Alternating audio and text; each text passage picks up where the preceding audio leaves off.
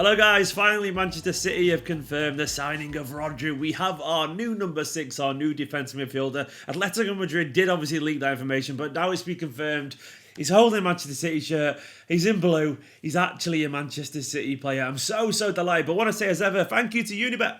My new sponsors on this channel, they're there. Go and check out the link in the description below. It's their transfer blog where they got loads of amazing transfer news from loads of great writers. They're only sponsoring me for a couple of weeks, but go and click the link. It's just honestly, it does this channel a massive favour. It's really good. It helps out Unibet, and it's very much worth a read. I know a couple of City fans who write for them as well, including Stephen Judah, who does some great pieces, and everything they do over there is very, very good content. So go and check it out in the link in the description below. Thank you very much, Unibet, for sponsoring this channel. But we've signed Rodri. We finally got the solution to our number 6 that we've been trying to sort for absolute ages. One point it was Fred, one point it was Jorginho, and it actually feels like to me we've got the best by chance, by luck. I'm glad we missed out on those players, it seems, because we've got the one that seems to be the most exciting. Now, if you don't know much about him, he's 23 years old. He only turned 23 actually about a week or two ago in late June. And he's had a pretty impressive career already, we'll put it that way. So he basically started out at Atletico Madrid as a youth team player before going to Villarreal. He played for Villarreal B for a little bit before getting to La Liga with Villarreal, and before being signed last summer back to Atletico Madrid in a big kind of returning home transfer. He got given the number 14 shirt as well, which is a big thing for them.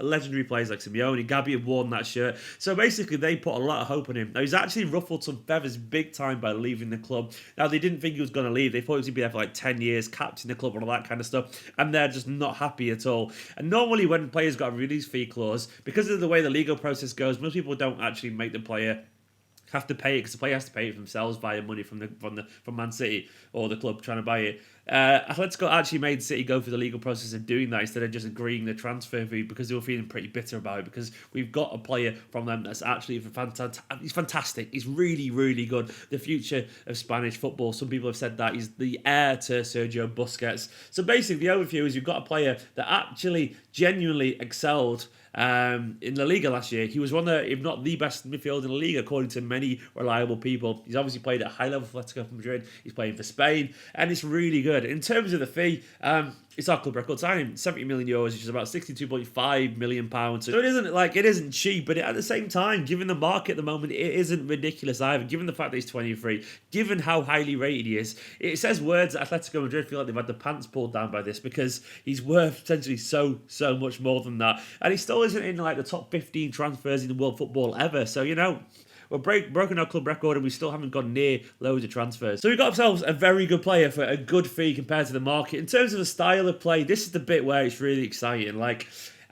He's big, he's 6'3", but even then, he's not the most aggressive player, but he has learned that at Atletico Madrid. He actually left Villarreal, which is a club where he was kind of brought up playing football. He played really nice possession football, pass it around, so not too dissimilar to the likes of Barcelona and City and so on. But he left them to go and play to Atletico Madrid, and he actually said, because he wanted to learn how to be more physical and aggressive, a side to his game that he's not really kind of plugged before, which I love that. So he went there knowing that someone like Simeone would teach him how to be a little bit more assertive and use his physicality and read the game a little bit better, because there's one thing that Atletico that they're good at. Well, they're organised, they're focused, they're very kind of on it. And that's what he's learned from Diego Simeone, which shows basically he's aware of his own weaknesses. He shows that he is a leader. He shows that he was willing to go somewhere and change his game. Now, apparently, he wasn't very happy with the way the future of the club was going. Griezmann left, of course. Godin left, and he wasn't really assured that the playing style would be what it is, so he did look to leave, basically. But he's very intelligent. He reads the game very well. A massive amount of interceptions and all that kind of stuff. He can launch counter-attacks from deep. Very, very good in the air, as you'd expect for someone who's 6'3", which obviously shows maybe could be useful in defensive as well. His contribution in terms of when his team's got the ball is remarkable. He's so good. His technical ability means he's very good at breaking through the lines and launching long passes. And his technical stats, which we'll go over later, totally, utterly back that up. What I love most about his style, though, in general, is that I've done loads of research on him, is how composed he is. He's so Guardiola. As we know, Guardiola loves players that are just so comfortable in possession, can receive the ball anywhere. As I talked in the Angelino video, another good signing for what it's worth. Go and watch that after this. He loves players that are comfortable, can receive the ball. And Angelino and him, they're just young, they fit the right profile, and they'll grow and develop so much in this team under Guardiola. I mean, obviously, he still could maybe not adapt to the physicality of the Premier League. It might might be a little bit much for him, and there is some elements of the game he'll need to improve during time. But honestly, it's not exaggeration to say he could be the best number 6 in world football within the next year or two. He's gone to the perfect manager to show him how to do that, and I think he knows that, and this is why he's moved on. In terms of the position, well, we know he's going to be the number 6. He's going to be holding midfield because Fernandinho's getting very old now. Fernandinho's getting injuries, and Busquets, God, that's a Freudian thing there. And Rodri knows how to play this role so well.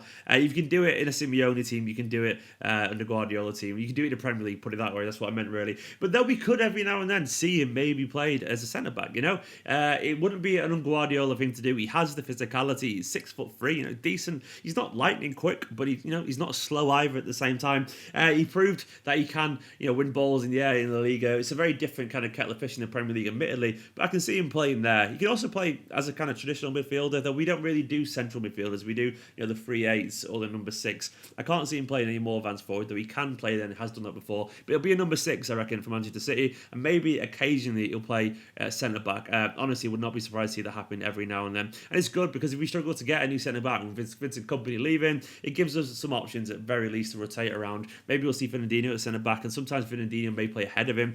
We'll see plenty of changing. In terms of the squad status, he's going to be our number 1. I'm almost certain about it. He's also got a really nice run now to get a starting place in the first team. Fernandinho had a couple of knocks over the summer. He might not be physically fit or ready yet to get involved at the start of the season. So basically, we'll see Rodri, I'm almost certain, start pretty much every game with the number 6 in pre-season. And I think he'll be starting early on. Fernandinho will be slowly eased back into first team football after his injuries and after the amount of games he played last season, and given his age, and rightfully so. But I suspect this guy will go straight into the team, and he'll learn from the likes of Fernandinho, and Guardiola wanted to learn very quickly how tough the Premier League can be.